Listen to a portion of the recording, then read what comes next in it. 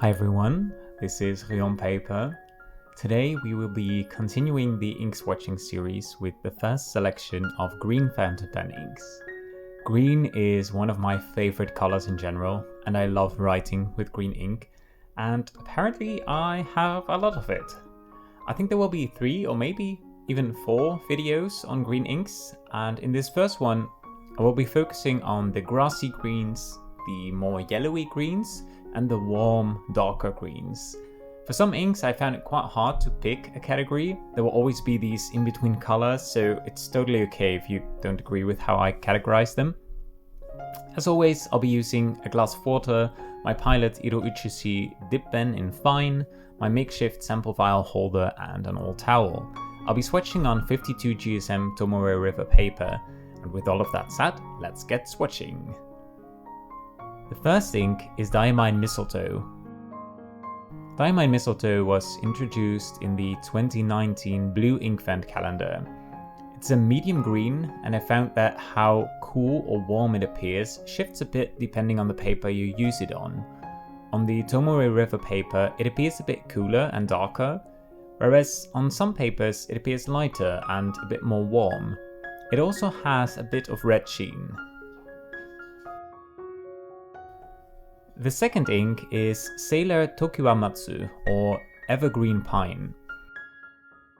Tokiwa-matsu is a rich, warm green with quite a bit of red sheen. This was actually my first green ink I ever bought, and I picked it for how warm it looks. It really does remind me of foliage.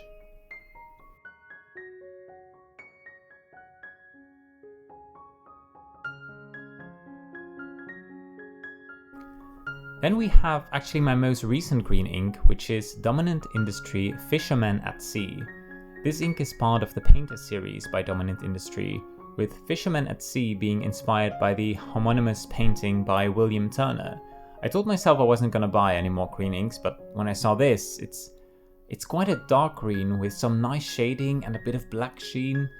Turner was often inspired by the light and how, for example, the light of the full moon can make a scene look very dramatic. And I found that fits very well with the shading and the sheen this ink displays. Next up we have Platinum Forest Black. Forest Black is an interesting ink in that it appears green when first applied to the page, but it shades almost all the way to black in the wetter areas. The parts that remain green are a lovely green color, unsaturated without being cool. Dominant Industry Leaf Green was one of my top ink discoveries of last year, and it continues to be one of my favorite green inks. It's a medium to dark leafy green, as the name suggests. In writing it's quite dark, but it shows a nice bit of shading, even in extra fine nibs. On Tomoe River paper it displays a tiny bit of black sheen in the wettest parts of the swatch, but I don't think you'd really see that in writing. The next ink is Diamine Merry and Bright. Merry and Bright was introduced as part of the 2023 Purple Inkvent calendar, and it was definitely one of the brighter colors of the lineup. It's a vibrant apple green with an interesting shimmer. I'd say the shimmer is green, but it's a less saturated color than the ink itself, making it appear a bit silvery as well. The 7th ink is Sailor Ukikusa. Ukikusa, meaning duckweed, is part of the Manyo line of inks. It's a grassy green with some yellow undertones. It shades nicely, revealing the yellow undertones more in the lighter parts of the swatch, whereas the darker parts remain more green. On the swatch, the darker areas develop a rim of black sheen, which you won't really see in writing. Inkebara Grass Green is everything you'd expect of an ink named after grass. It's a vibrant, medium, grassy green. It kind of does that same thing we saw with Sailor Ukikusa, where it's a bit more yellow leaning in the lighter areas and a bit greener in the darker areas. The way it shades, even in extra fine nibs, makes me think of this ink as Dominant Industry Leaf Green's sibling.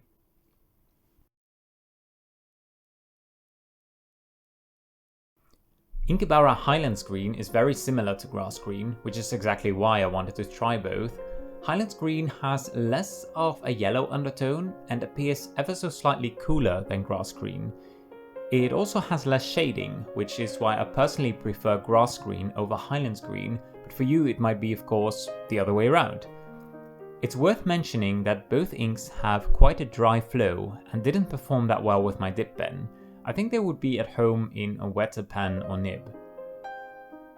The next ink is Diamine Appletini, which is another green ink from an Inkvent calendar, in this case the 2022 Green Inkvent. Appletini is a bright lime green, not one I would necessarily associate with the winter holidays, but it might be just the pop of color you need when everything is grey and dull outside. It's quite a dry ink again, so you might want to use this ink with a wetter pen or nib. Then we have Pilot Iroshizuku Chiku-rin. Chiku-rin means bamboo forest or bamboo thicket, and it's a lovely lighter green ink. It's not very saturated, but it's not grey leaning either. It's still very green. It's an interesting ink in that the color is quite different depending on the paper you write on.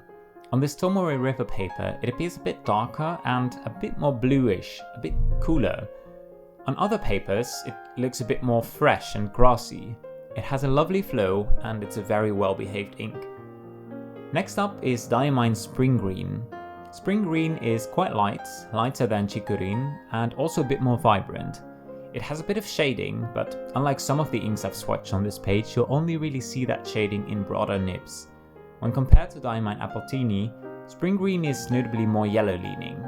I've also found this ink to be a bit on the drier side, which I've said more often in this video than for some of the others. I wonder if it's because of how medium to light green inks are formulated. Then we have two inks that are very yellow leaning. The first one is Robert Oster Australis Tea. Australis Tea is an unsaturated yellowish green that reminds me of some kinds of ferns at the end of summer. In wetter or broader nibs, the ink displays some shading, but not much.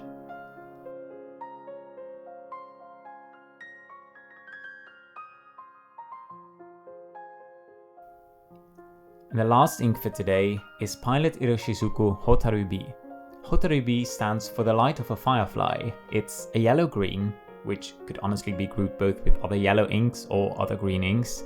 The interesting thing is its shading. It appears much greener in the wetter parts of the swatch. Unfortunately, you won't really see that in finer nibs where the color appears more uniform. I've also found that the ink will look more yellow or more green depending on the type of paper you use. And that's it, 14 green inks. It's hard to pick favorites as I love this category of colors in general. I think Dominant Industry Leaf Green and Inkebara Grass Green are my favorites in terms of their color, but I prefer the flow of Sailor Ukikusa and Pilot Chiku-rin over Inkebara Grass Green. Enjoy this little recording of the page now that all the inks have dried completely and you can really see all the shading, the sheen, the shimmer. I hope you enjoyed this video and I would love to hear what your favorite green ink is. Be sure to subscribe to the channel if you don't want to miss the rest of the series, and I hope to see you in the next one. Take care. Bye!